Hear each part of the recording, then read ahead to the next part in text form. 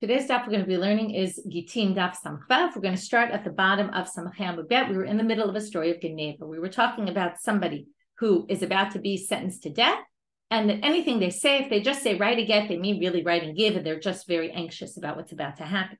So we had a story of Geneva who's about to be executed, and we talked about him a whole bunch of times in the Masechet already, even a few dapim ago. Anyway, here comes the story that we've made mention of before, that he's about to be executed. And he says, as he's about to be executed, taken out, he says, give 400 zuz worth of my wine from Nahar Panya, give it to Rabbi Avina. So Rabbi Zera says to Rabbi Avina, Darash Rabbi Avina lesilte, take your basket on your shoulders, va'azal l'gabei Rav Huna Rabbi, and go to Rav Huna, your rabbi, because he'll paskin for you that this is a good, that this really, he was serious about what he said. What's the problem? The problem is, he just said it and he didn't do any sort of kinyan. There was no transfer of ownership. So maybe this doesn't work. So he says, go to Rav Huna, he'll say it's okay. To Amar Rav Huna, gito kimatanato, because Rav Huna says a get is like a gift. Ma matanato imamad chozel, af gito imamad chozel. Now, this first point is irrelevant. We're going to start with a bunch of comparisons. Get is like a gift. Why? Well, a gift, if you're on your deathbed and you say, give this gift to someone, and then you get better, then it's not a gift, because we assume you really, right, again, without a kinyan, without acquiring anything. So likewise, a get, if you give a get on your deathbed to your wife and you got better, it's not a get, okay? The get is as if it wasn't. Umagito afagav delo parish, kevan damar kitvu afagav delo amar tnu. Af matanato kevan damar tnu afagav delo kanu miyade. Now we're going to make another comparison. Just like with a get, if he says, write the get, he really means write and give the get. Likewise, with a gift, if he says give and he doesn't do a kinyan, it's as if he did a kinyan, okay? And therefore, the gift is a good gift. That's what Rav Huna said.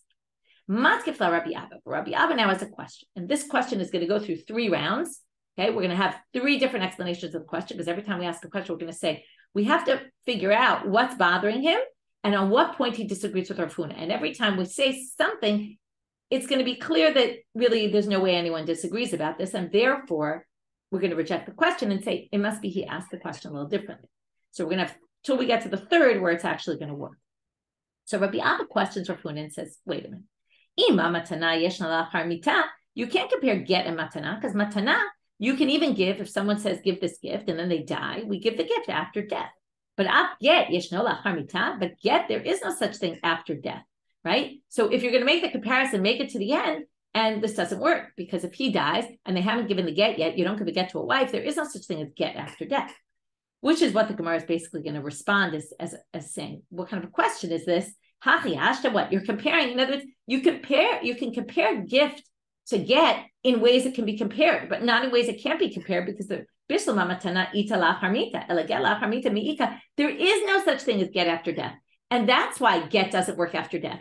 But not because we learn it from matana, and if we learn from matana that doesn't work, it works in a totally different way. But just that element of it works in a totally different way. All the other elements, we can learn one from the other, and therefore that's not really a question. So, second option. It must be that what he was asking was the following.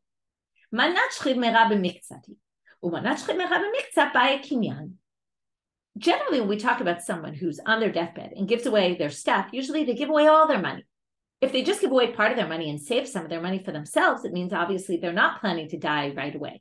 In which case, we actually say that it's not effective unless they actually did an act of acquiring. Because the whole idea is, if they're giving it away because they're about to die, then they're a little bit anxious about the whole thing, and we don't want to require them to do a kinyan at that point. If they only give away part of their money, then they definitely need a kinyan, because it's clear that they're saving some for themselves. They don't really think they're going to die tomorrow. So now they're going to say, and that's what Rabbi Abba is questioning Rav Huna about, to which the Gemara says, well, Rav Huna can't possibly disagree with that, because that's something that's agreed upon by everybody. What, you think a gift, when they only give away some of their money, doesn't require a kinyan, according to Rav Huna, in which case, let's say this gift of the wine, which wasn't all his money, Rav Huna is going to say, it doesn't need a kinyan? What do you mean? It's known, it was established, la halacha, that to buy a kinyan, that this kind of thing does require a kinyan. To which they answer, he actually commanded us because he was going to die. Even though we have matna b'miktzat, okay, a gift, he didn't give away all his stuff, but it was clear it was coming because he was about to die. This isn't like a person on their deathbed who's sick, maybe will die, maybe won't die.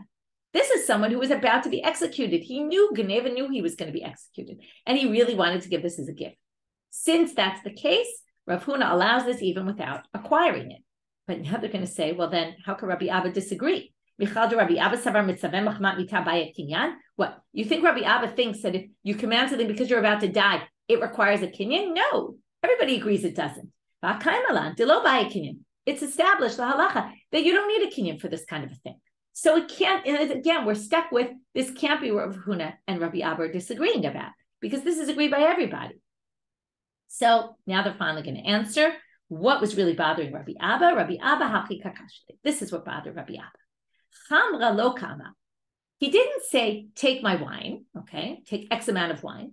He didn't say, demei chamra lo kamar. He didn't say, take the value of 400 zuz worth of my wine, meaning sell the wine and give him 400 zuz that you got from selling the wine.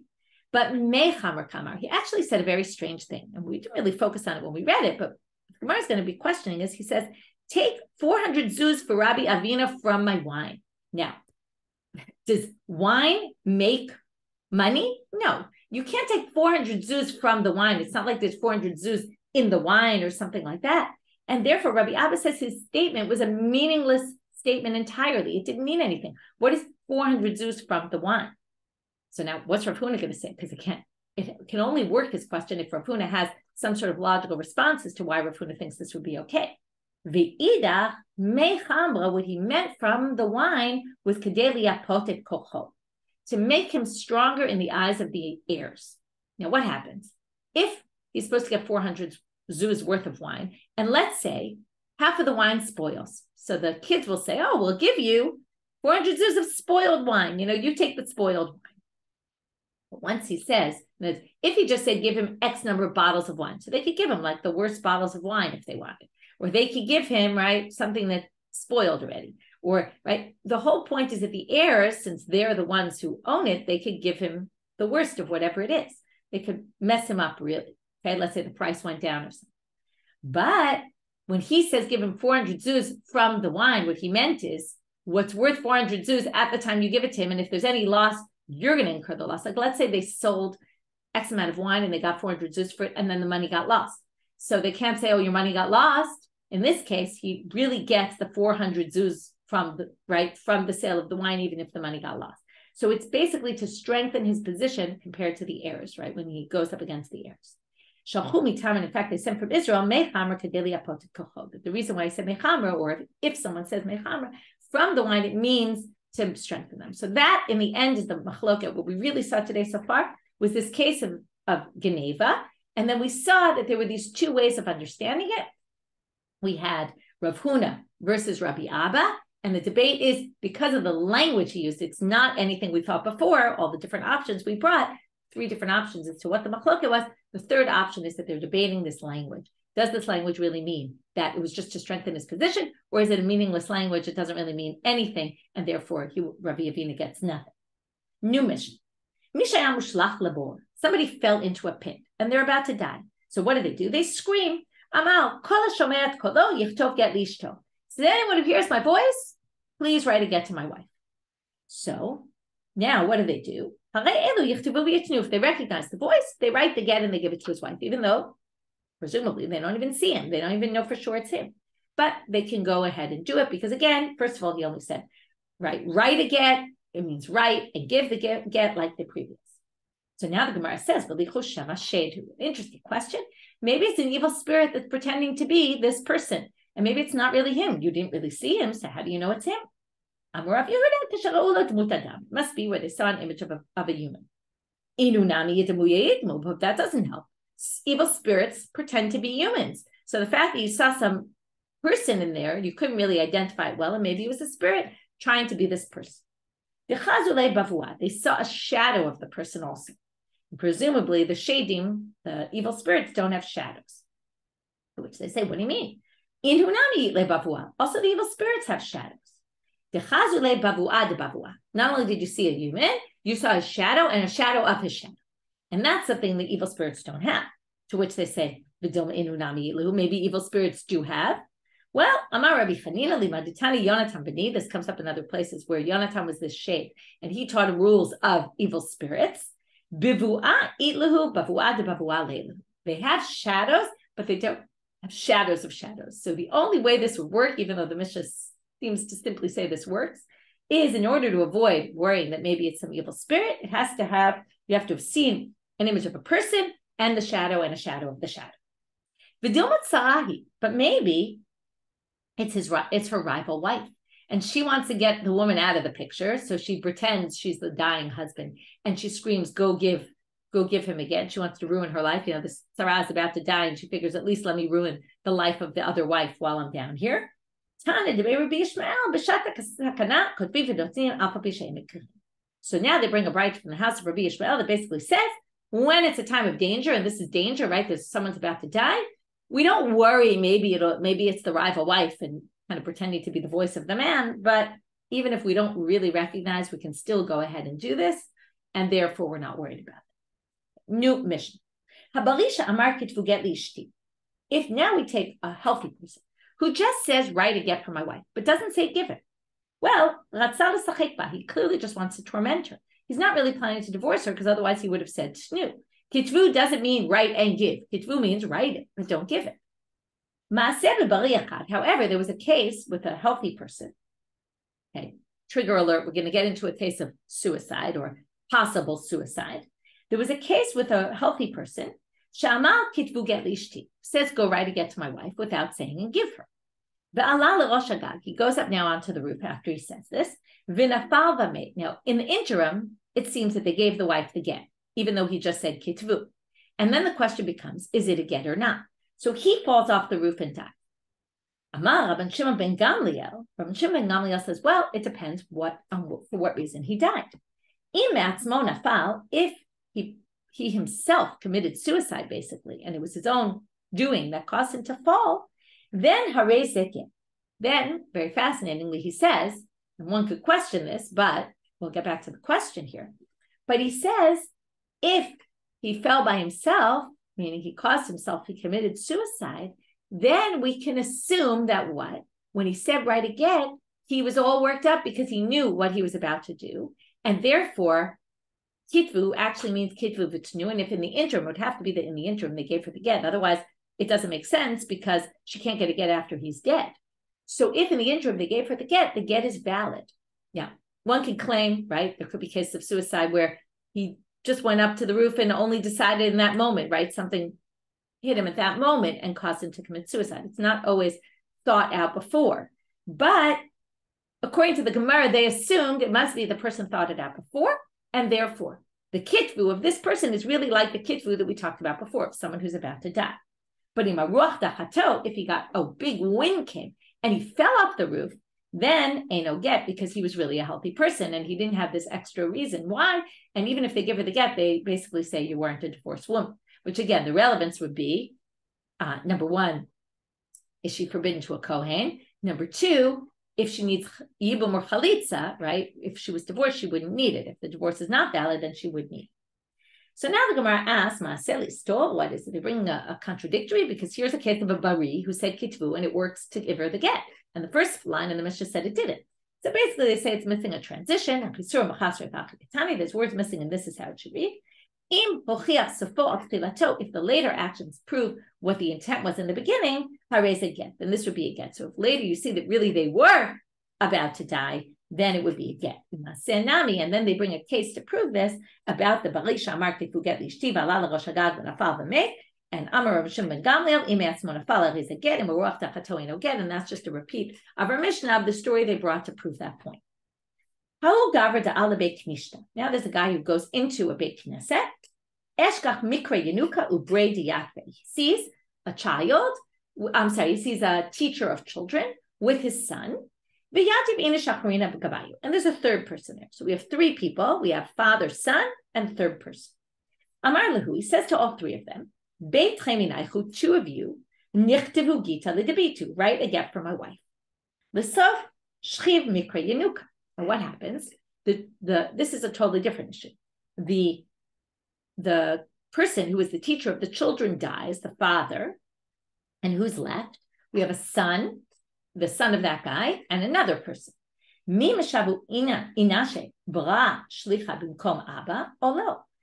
Can we assume that when the person came in and said, "I want you to write a get of this, I want two of you to write a get for my wife," was he willing to make the son a shaliach with the third person, or was he really only talking about the father? Is it reasonable that when there's a father and son, he'll make even the son can be a messenger, or he really only means the father? And then when the father dies, then he really didn't mean for the son ever to be a messenger, in which case the son can't do what he asked the son to do. So that's the question. Rav Nachman Amar, Lo Shavu Inashe Bra Shlicha B'mkom Abba. No, there's a father and son. He clearly meant for the father. The father's more senior, has more life experience. He meant him. In which case, when that guy died, so now his shaliach is dead, and he needs to appoint new people to do the get. Rav Papi Amar, Lo Shavu Inish Bra Shlicha B'mkom Abba. No, people would do that. He said, of the two of the three of you, he doesn't care if it's the father or the son. Again, this is what we anticipate about human behavior. Would someone do that or not? Machloket, debate. And in fact, Rabbi says, yeah, people would make the son a shliach, but not fathers there. Again, we're obviously talking about he's not a minor, he's an older kid, so he could be even 30 years old, and his father is 50-something years old. It's definitely a possibility. So in which case, yeah, it definitely could be, in which case they can go ahead and take care of the get. New mission. Amar l'shnayim tnu get lishti. Somebody says to two people, give a get to my wife. Doesn't say right, he says give. Olish losha, turning now to Amud Bet. Or he says to three people, hitvu get utnu lishti, write a get and give it to my wife. What's the difference, two or three? Two are witnesses, three is a beit din. And the assumption here is, when he says to two people, give a get, and he doesn't give them the get in hand, meaning he doesn't have a get. So what he means is, I want you, two of you, to write this get and give it to my wife. If he says to three people, which is a court, there, only if he says kitvu v'tnu do they actually have to write it. If he just says give, then he's making them a messenger to give and to appoint someone else to write the get. So that's the difference between two and three. Now, what's the idea here? The idea here, and actually let's just keep going a little bit more and then we'll explain. So then they have to write the get and give the get. So either he said give to two people, they have to write and give, or he said write and give to three people, and then they have to write and give. But Amar l'shloshat nu get lishti. But if he says to three people, give the get, like when he said to two, give meant write and give. But when he goes to the court and says just give, they can set up other people to write the get. They don't have to be the ones to write the get. Rabbi Meir says he's basically making them into a court. A court, usually you appoint a court to find people to do things. You don't necessarily appoint them to be the ones to do it. So therefore, yes, they have to give because he said give. But the writing part, which he didn't, which was just implicit, they can give to somebody else. This is halacha that Rabbi Chanina, the person from Ono, brought up from Rabbi Akiva, who is in the Beit Asurim. This is Rashi fills in the details up. He was in jail, and he kind of passed the message from jail, this ruling of Rabbi Akiva. Mikubal ani, and he said the following: Mikubal ani ba'omer l'shloshat shnuget lishti she'amru la'acherim v'yichtavu mepnei shasam beitin. Exactly what Rabbi Meir said. He quotes in the name of Rabbi Akiva. Amar Rabbi Yossi numenu lashaliach. Okay, which means right, we're gonna tell this shaliach, or we said to this shaliach, this Rabbi Chanina ish ono. Af anu mikubalim. We actually have a tradition, not what you said. Even if he went to the highest court and said to them, give a get to my wife, they'll learn how to write the get, they'll write the get themselves, even to a court and even to the highest court, he really means write the get, and they have to do it themselves. Let's stop here for a minute before we continue with the Mishnah. What's going on here? So the commentaries talk about there's two possible issues.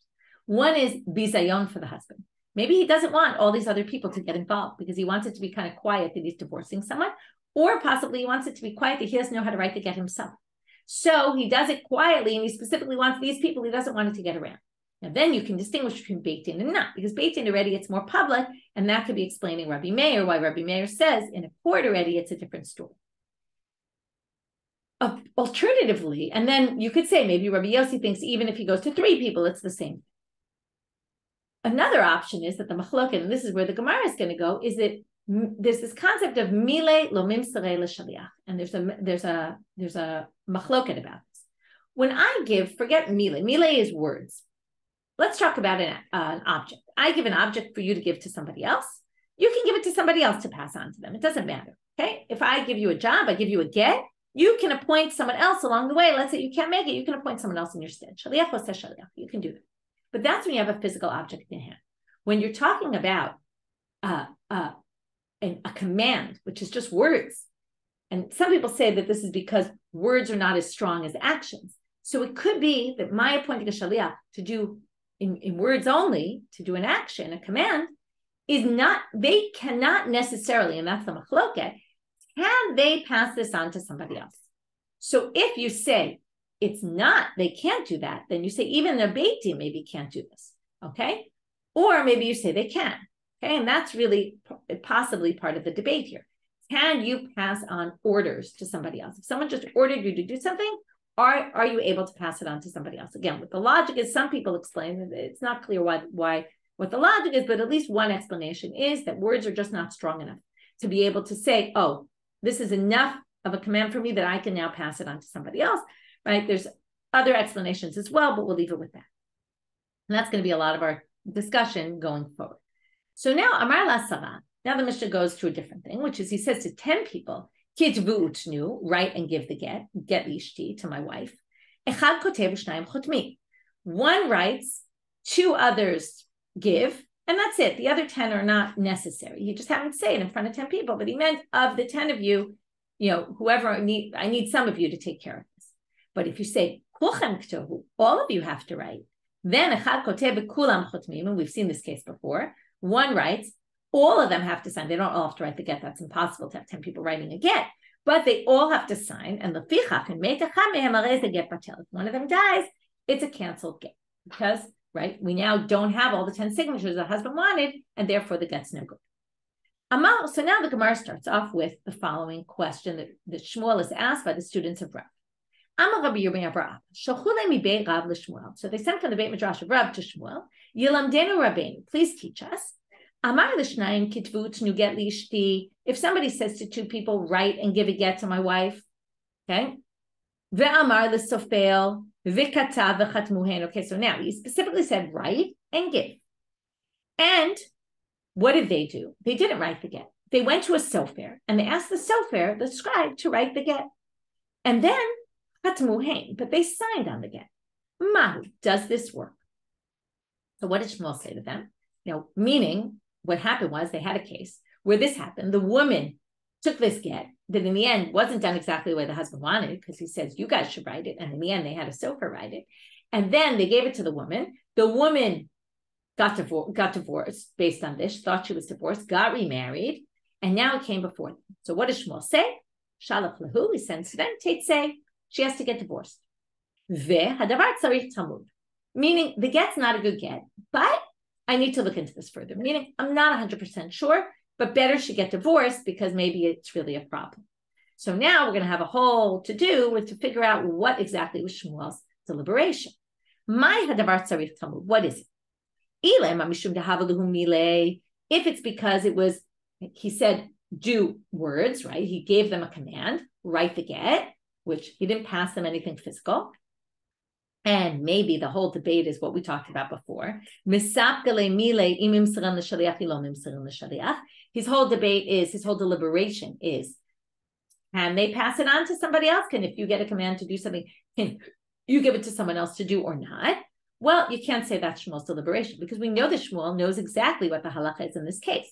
V'hamar Shmuel said elsewhere, Amar Rebbe, he quotes in the name of Rebbe, halacha ke Rabbi Yossi da'amar u'milei lo mimserin l'shaliach, as we saw Rabbi Yossi in our Mishnah. Say the Beit Din write and give. The Beit Din has to be the ones to write it. So you cannot pass anything on to a shaliach. So it should be pretty clear that this is no good. So Ela l'Shmuel hakam l'bayit. What he really meant to say was the following. When it says haik tovu, when the man said, go write this get and give it to my wife, what did he mean by write? And this is something we've been deliberating from the beginning of our Masechet. Iktav yadan, is he talking about their signatures? Does write mean sign? Right, like Ravi Meir, Edechatim Karte, when it says write in the Torah, it really means sign. Iktav haget, or does it mean write the get? So If that's the deliberation, then that's the whole question here. When he said write and give the get, did he mean sign the get yourselves, but the writing of it you can actually give to somebody else? Or did he mean I want you to write the get yourselves? And therefore, when they gave it to a sofer, it doesn't work because you can't pass on a command to somebody else to do. To which the Gemara says, well, that should be a pretty obvious answer. It's pretty clear from our Mishnah. V'tiv shalemi matnitin. Shmuel could have gotten the answer straight out of our Mishnah. Amar l'shnayim tnu get lishti, o l'shlosha kitvu get utnu lishti, ha're'elu yichtavu v'yitnu. It says here, if he says to 3 people, to a court, write and give, they have to write it and give it. Write it obviously means write the whole get. To which the Gemara says, who says writing here means write the whole get? Maybe he gufa kamabaila. That's exactly what his question is. Tovu, is Tovu, when he said write, is it tav yadanhu? Is it just the signatures? In which case our Mishnah said they have to write and sign, they have to write and give it, means they have to sign and give it. Or ktava getu, or does it mean they actually have to write the get? And that's what Shmuel's deliberation. It's not so clear from the Mishnah. To which the Gemara says, no, it is clear from the Mishnah because look further on. Shita dechtava getu. It's obvious it means write the entire get because look at what it says later.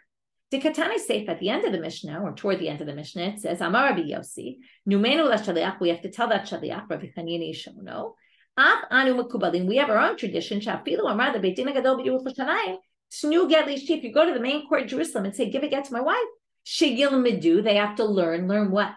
Learn how to write the get, isn't it, right? What else would you have to learn? Learn how to sign? Nobody needs how to learn how to sign. Everybody knows how to sign. So what does it mean, Shegil Medu? They have to learn how to write, and then they write v'yitznula, and they'll give it to her. So if you say we're talking about the writing of the get itself, it makes a lot of sense. But could there be a court that doesn't know how to sign their own names? So therefore, again, that can't be Shmuel's deliberation. It's quite clear from the Mishnah. So no. It really could be people who don't know how to sign. It's a little hard to understand the reality here, but there could be a new court, but the new court doesn't know exactly how, maybe the courts each had their own signatures, own unique signatures, and hadn't really created their own unique signature yet. So they would need to figure that out first, and then they would sign. So you still could explain the Mishnah as being signing, and maybe that's exactly Shmuel's deliberation. So the Mishnah means signing or writing, and therefore in this case it would be the same deliberation. But now they're going back to this concept that Shmuel was deliberating, whether it's the writing or the signing. So now they're going with option 1. If you say Ketova really just means writing, signing, which means that really you could ask a sofer to do it. Still, right, and therefore haktava get kasher, it would be okay if they asked a sofer to write the actual get itself. But v'hamar Shmuel amar Rebbe halakha keRabbi Yossi de'amar milei lo mimserim l'shaliach. Still, how can they decide who's writing the get? The husband didn't tell them, right, go find a sofer to write the get. So how could they do that? To which they answer, Amre, isviralan dechtovu k'tav yadanu. If you say the k'tovu really means sign, then what he said to them, write the get, which really means sign the get and give it. What he really was saying, even though he didn't say this literally, what he really meant to say is, k'tav a get, when it comes to writing the get though, na'asa ke'omer imru. It's as if he said, tell someone else to write it. Okay, even though he didn't. But it's as if he said, go tell someone to write it, go find a sofer to write it, you sign it and you give it. That's the way they're reading this case. Okay? And then that would be the way to read the Mishnah if Shmuel really understands that lichtov really means to sign. And that would work even according to Rabbi Yossi, because modeh Rabbi Yossi ba'omer imru. Rabbi Yossi, even though he says you can't pass on something to a shaliach, if the husband actually said to you, tell someone to write it, you sign it and give it, that works. Then they can go find a sofer, which seems pretty obvious. But now the Gemara is going to raise a problem, and we're not going to really fully understand the problem until tomorrow, so I'll just get started on it. Now they want to question that last assumption. Does Rabbi Yossi really agree in a case of Imru when they when the husband says, say to the sofer to write, that the sofer can write it and they can choose which sofer writes it? The Hatnan, doesn't it say in the Mishnah, in Daf Pei Zayin, which we're going to get to later, Tav Sofel ve'ed kasher. If you have the handwriting of a sofer and one aid signed, it's good, which doesn't really make much sense. Don't you need 2 witnesses signed on the get? Well, Amar Rabbi Yirmiyah chatam sofer shanid. Rabbi Yirmiyah says this case is where the sofer signed it and another witness with him signed it also. So the sofer, it's written in the sofer's handwriting, the whole get. He's signed, he's a co-signer on the get with somebody else. The Amar Rav Chisda, and the Rav Chisda explains, and this is where we're going to get into the problem, although we won't really understand it yet today. Matniti Mani, who does the Mishnah follow? Rabbi Yossi. Now, this Mishnah follows Rabbi Yossi, and now we're going to show that this Isal Kedatach Modi Rabbi Yossi Bomer Imru. If you think that Rabbi Yossi agrees that when you say Imru, this works, go find a sofer. You can find a sofer, and that works. Well, Nafit Mine Churva. This case could actually lead to devastating, a terrible circumstance, meaning it could lead to a problematic situation, which we're going to have to wait till tomorrow to see. And that's why they're going to basically try to prove that Rabbi Yossi can't possibly think that Imru is okay. If he says, go find a sofer, that you can just choose your sofer for him, and that works. We're going to have to figure out what exactly this means and what the concern is by finding a sofer and why this would be an issue. So we'll end right here, but I'll do a quick review of what we're up of the whole daf, and we'll see what we're up to particularly here, just so you get the whole structure. We started with the story of Geneva. We had a debate when he said, give 400 zuz of wine from my wine here.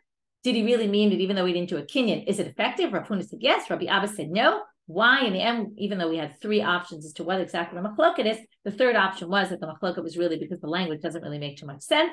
According to Rabbi Abba, Rav Huna thought it did make sense. Then we had the case of the boar. Why aren't we worried? It's a guy who screams, give a get to my wife, we can give it, right? Even though he just says write a get, we can write it and give it. And even though maybe you're concerned it's an evil spirit, we have to say, well, it has to be a case where you saw a person with a shadow and another shadow on the shadow, which would prove it wasn't an evil spirit. Again, hard to understand those evil spirit sugyas, something we don't relate to as much. And then we said, why not worry about the rival wife? Well, we don't worry. We don't go that far to worry. Then we had the case about a healthy person who says, write a get. You don't give the get, unless we had the case of the suicide, where then only later it becomes clear that maybe they were about to die. And that's why when he says write a get, it really meant write and give the get. And then we had this other case where they talked about the father. If you appoint a father and a son, there were three people, among them a father and a son. Can we assume that you only meant to appoint the father, or maybe you also meant to appoint the son? So if the father died, then you could still do what the husband wanted. Then we had the case about saying what you can say to two or three, right? Give all the differences between a beitin and witnesses, because the beitin normally you're really just appointing to do something for you, so therefore they could pass it on, at least according to Rabbi Meir. Rabbi Yosef thinks even to them you can't pass it on. You have to do it exactly as he said. We distinguish also between the case where there were 10 people, whether he said all of you or didn't say all of you, and then only one needs to write, two need to sign. And then we went into this whole thing about the case of Shmuel, where someone said to two people, write and give the get, and they actually had someone else write it. And then we deliberated what exactly was Shmuel's deliberation here. He was stringent with the woman, made her get divorced from the new husband, but he was not sure about it. What was his deliberation? In the end, we conclude after suggesting suggesting one other possibility, we in the end say his deliberation is writing meaning sign, or does writing mean write? And then we would write, because Shmuel holds that you can't pass on something to somebody else, which means the signing can't be passed on, but perhaps if writing means signing and not writing, maybe the writing could be passed on. And then we said, and it's as if you said, Imru, go tell, as if the husband said, tell someone else to write it and just make sure you guys sign it. And that even Rabbi Yossi would agree you can pass on. But now we're going to suggest maybe Rabbi Yossi doesn't really say that, and that's where we're left with in the middle of that question. Have a great day, everybody. We'll meet up tomorrow.